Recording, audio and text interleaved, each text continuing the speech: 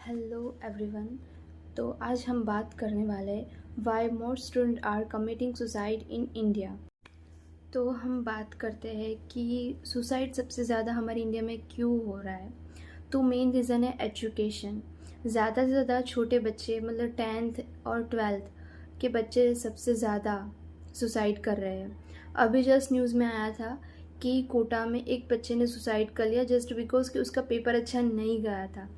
मतलब सच में तुम्हारा एक पेपर अच्छा नहीं गया इसलिए तुम सुसाइड कर रहे हो, लेकिन इसका एक यही रीज़न नहीं होता है। उसका रीज़न होता है कि फैमिली प्रेशर।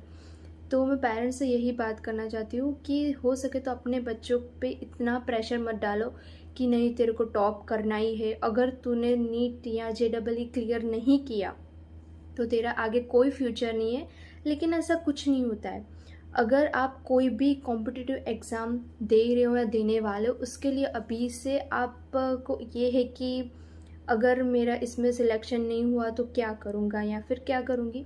तो मैं आपको एक इजी ट्रिक बताती हूँ, एक बात बताती हूँ कि आपको कुछ नहीं करना है। जब कभी भी आपने डिसाइड कर लो ना कि हाँ मुझे कोई भी एग्ज़ाम क्रैक करनी है, तो आप एग्ज़ाम क्रैक करो, लेकिन उसके साथ ये भी माइंड सेट रखो कि अगर ये नहीं हुआ तो मैं दूसरा कुछ भी कर लूँगा।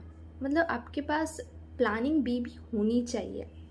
जैसे कि मेरी बात करूँ, मैंने भी 10th के बाद ही 11th साइंस किया, फिर बाद में BSc केमिस्ट्री की, मैंने गुजकेट की, नीट की भी एग्ज़ाम दी, बट स्टिल नहीं हुआ। इवन मैं अपनी स्टोरी थोड़ी मतलब फटाफट बता देती हूँ जिससे आपको भी आइडिया आ जाए कि हाँ यार चलो कुछ नहीं कुछ तो कर लेंगे। मेरे 10th में अच्छे मार्क्स आए, कितने वो मुझे नहीं बताने हैं, ठीक है। लेकिन अच्छी स्कूल में मेरी एडमिशन हो गई 11th-12th में। लेकिन 11th-12th में मैंने इतनी पढ़ाई की, इतनी मतलब 12-12 घंटे तक मैं पढ़ी हूँ, लेकिन तब भी मेरे अच्छे परसेंटेज नहीं आए। 12th में मुझे डॉक्टर बनना था, वो भी नहीं है। उसमें भी बताया आपको कि एलिजिबल क्राइटेरिया क्या होते हैं। मैंने नीट की एग्ज़ाम दी, गुजकेट भी दी, लेकिन फिर उसमें भी मतलब 1 साल मैंने ड्रॉप भी लिया कि चलो 1 साल में ड्रॉप कर लो, फिर बाद में मैं मतलब क्लियर कर पाऊँ तो शायद मेरा डॉक्टर में एडमिशन हो जाए, MBBS में मतलब एडमिशन हो जाए, और क्या चाहिए। लेकिन तो भी नहीं हुआ। और डोनेशन के लिए मेरी फैमिली इतनी भी रिच नहीं है कि डोनेशन वो अफोर्ड कर सके। तो मतलब फिर बाद में थोड़ा ऐसा हुआ कि यार नहीं हुआ, चलो कोई नहीं। उसके बाद मैंने जस्ट वैन फ्लो की तरह मैंने BSc केमिस्ट्री स्टार्ट किया। BSc केमिस्ट्री करने के बाद मैंने एक तो नहीं मतलब 6 महीने तक तो मैंने उसमें जॉब की। देन आफ्टर मुझे रियलाइज़ हुआ कि यार ये तो मेरी फील्ड का है ना, मेरे 3 साल बर्बाद हो गए यार। मेरे से 8-8 घंटे नहीं खड़े रह पा रही हूँ, या फिर मतलब मेंटली और फिज़िकल भी मेरे को ठीक नहीं लग रहा है। तो फिर मैंने वो जॉब भी स्किप कर दी। फिर बाद में मैंने IT सेक्टर में ट्राई किया। IT सेक्टर के बाद मुझे लगा कि हाँ यार इसमें मुझे इंटरेस्ट आ रहा है, इसमें मेरा फ्यूचर है। तो उसके लिए मैंने मतलब प्रेगनेंसी के बाद मेरा बच्चा उसको 2 महीने का था, तब से मैंने 1 साल तक कड़ी मेहनत की। मैंने मास्टर भी उसमें किया। फिर बाद में मेरा इंटर्नशिप में हो भी गया था। आई होप, भगवान का लाख लाख शुक्र, मैंने 2 बार इंटर्नशिप में मतलब मेरा सिलेक्शन हो गया था। लेकिन फिर कुछ रीज़न की वजह से वहाँ पर नहीं हुआ। तो फिर कोई नहीं यार। तो मैं आपको सिर्फ ये बताना चाहती हूँ कि आप जो सोच रहे हो अगर वो नहीं हो रहा तो सुसाइड कमिट मत करो। आधे से ज़्यादा 10 में से 7 बच्चे ऐसे होते हैं कि सुसाइड कमिट कर लेते हैं। तो मैं ये बता रही हूँ कि अगर आपकी नीट या JEE की एग्ज़ाम अच्छी नहीं गई, या फिर आप टॉप नहीं कर पाए या अच्छे मार्क्स नहीं हो रहे, तो कोई नहीं, वो आप छोड़ दीजिए। उसके लिए एक बार ऐसा हो तो 1 साल आप कड़ी मेहनत करो। अपने मम्मी पापा को मैं ये मेरा फर्स्ट और लास्ट, अगर ये नहीं हुआ ना मम्मी पापा तो मैं ये कर लूँगा। और पेरेंट्स आपसे भी एक रिक्वेस्ट है कि अगर आपका बच्चा आपको बता रहा है ना कि ये मेरे से नहीं होगा पापा, तो उसको फोर्स मत करो। उसे जो करना वो करने दो। बस इतना ध्यान रखो कि वो कोई गलत रास्ता ना चुन ले।